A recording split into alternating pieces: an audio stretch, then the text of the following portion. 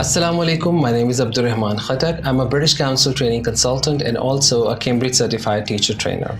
Today I'm here with you to talk about the importance of student-centered classroom, how we can develop student-centered classrooms in our schools, and what is the importance of having a learner-centered environment in schools. So first things first, what is a student-centered classroom?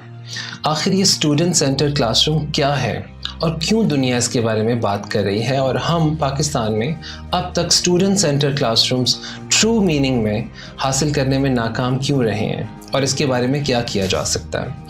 Student centred classroom is a classroom in which the focus of instruction is on students, not on teacher. And also differentiate between student-centered classroom and teacher-centered classroom. In a teacher-centered classroom, the focus of instruction is on the teacher. The responsibility of carrying out the lesson is on the teacher. On the other hand, in the student-centered classroom, student is the focus of attention. Student has been given the choice, the freedom, and also independence to choose and carry out different activities. As a result, we get students who are independent, who are active, who are lifelong learners, and who are problem solvers. And as a result, more employable in this highly competitive world. Teacher-centered classroom is incompatible with the future. And without wasting any more time, we should start working on building and developing student-centered classrooms in our schools. But how can we do that? Today, I will share with you 5 strategies that you can use to create a student-centered classroom in your school. So the first thing that we can do is that we can give students autonomy. We can give them choice. We can give them freedom. How can we do that? Every student has a learning preference, and students, when working in groups, are able to decide for themselves how the learning should take place. Now, it's something that for the teacher to learn how students can be involved in this teaching learning process so that they feel empowered, not powerless. If the students are passively listening, they will not be interested in the learning process. And as we all know, if students are not interested, no learning can happen. Second thing, which is very important, is to develop the culture of questioning. I believe that teachers should be trained on how to frame questions well in advance, well ahead of time. Why?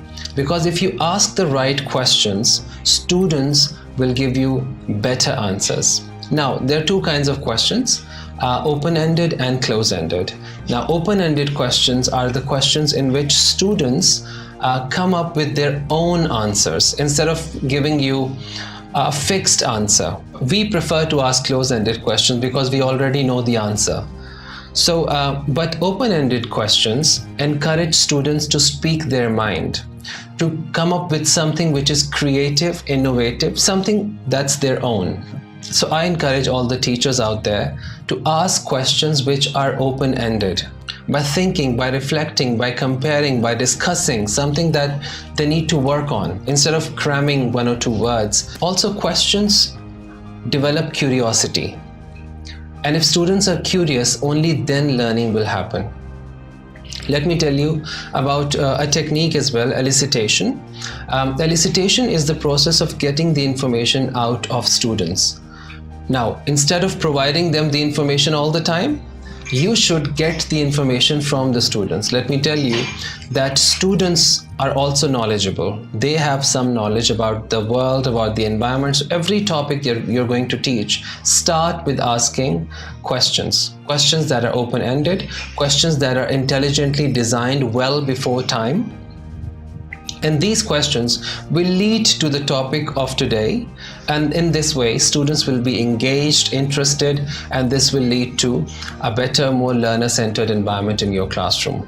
The third thing that we can do as teachers is that we can develop collaboration among students. Encourage pair work, group work, because these collaborations will help students understand each other. Also, leadership skills will be developed in them, and knowledge will be gained. And this knowledge, let me tell you, will be experiential knowledge. This knowledge will be, students will be able to retain this knowledge, this information in their minds for a long time, as compared to teacher bombarding them with the information. Next, very important point is reflection. Now, what is reflection? Students have done an activity and now they're reflecting on their own performance. Reflection is important not only for the teacher but also for the student. Teacher needs to reflect on his performance. How well did he do his job? And students will reflect on their learning, their performance in the class. How could they have done things differently? What went well? What went wrong? How could we improve the procedure, the things that we did in the class? Now, this mindset of reflecting will help the students immensely, not only in their academic career, but also in their professional career. Teachers can encourage role plays, discussions, debates, to encourage reflection. So students can think about their performance. They can also think about the teacher's performance. They can give teachers the feedback as well. There's no harm in asking students how you did in the class, and students will give you excellent feedback, which will help you become a better teacher in the next classes. A very important thing which is still neglected in Pakistani classrooms is the use of technology. It has been noticed worldwide that using technology in the classroom increases students' engagement.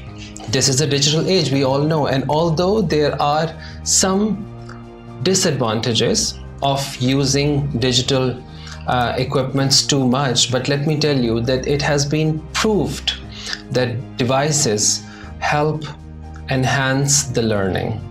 They help enhance students' engagement. They help students learn from the internet, which is what they will do for the rest of their lives, by the way. So why not teach them how to effectively use internet in the classroom? There's no harm in teaching students how to access a digital platform to learn. And as a teacher, if you have the right resources, please use them. Please make your students go to internet and learn on their own. This will make them an active, independent learner, and this will help you create a more learner-centered environment in your classroom. The responsibility of learning will be shifted from you as a teacher to the students, which is how it should be, by the way. Another very important thing that our teachers need to understand is that students are different from each other. All the students in your class, they're not the same. They have the different backgrounds, they have different learning styles, they have different learning preferences. They are different people, like you and I are different. So a good teacher will always consider the individual differences amongst the students. They are equally talented. Their talents and their intelligences lie in different areas, of course, but they are talented. So if a student is not responding to a certain concept, does this mean that the student is incapable of learning? No. It means that the students might learn in a different way, or might learn if you try a different activity, might learn if you give another student a chance to explain this concept to this student. So try different methods, be flexible. Learn, go to teacher training sessions, learn from your senior teachers. Go to internet, learn how other teachers teach. Learn from your seniors. Do teacher training courses and become a better teacher. Another very important thing that teachers can do in order to develop a more learner-centered classroom is that students can be given a chance to brainstorm, to think. Brainstorming is a very important teaching technique. It means that students come up with a lot of ideas in a very short amount of time. So give them a chance to think about what you're going to teach them. So when you go to class, instead of starting to teach them, build curiosity. Ask them questions that will trigger thinking. Another important thing that teachers can do is that they can give the students projects instead of giving them daily homework all the time. These projects are carried out by students in groups. They can do it They can do a project in a time of 2 days, 5 days, 10 days.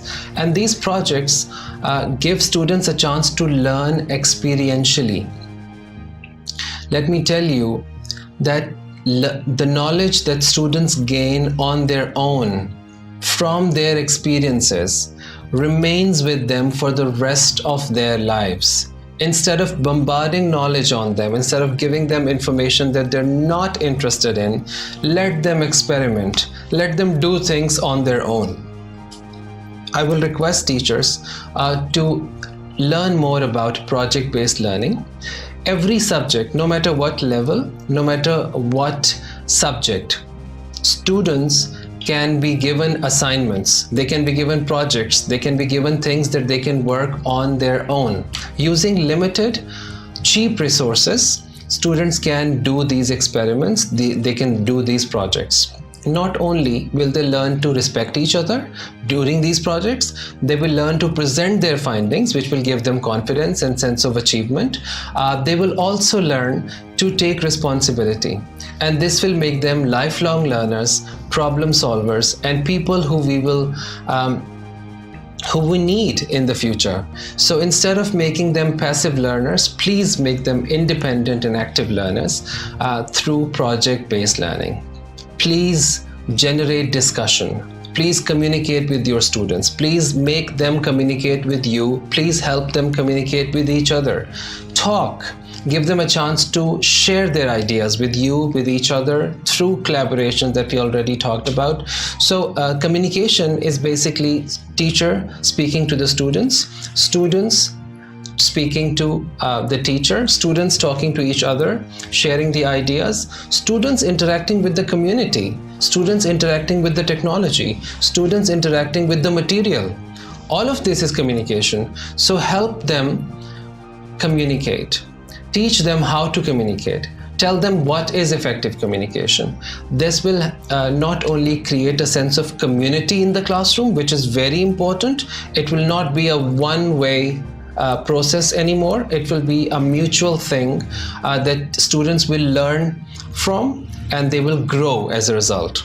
Developing a learner-centered classroom is a huge topic. It's a vast topic, and it cannot be covered in a short video. I've tried my level best, but if you need further discussion, I'm always available. I hope you find these ideas useful, and I do hope that you use at least some of these ideas in your classroom and try to explore more about creating an interactive and more inclusive and a more learner-centered classroom instead of a teacher-centered classroom. We have tried teacher-centered classrooms for more than 70 years now. So now it's time to give student-centered classrooms a chance. I hope you will do that and help me in my mission. I really thank Al-Baqi International for giving me this opportunity to interact with thousands of teachers, and I do hope that this process will go on in the future. Thank you so much.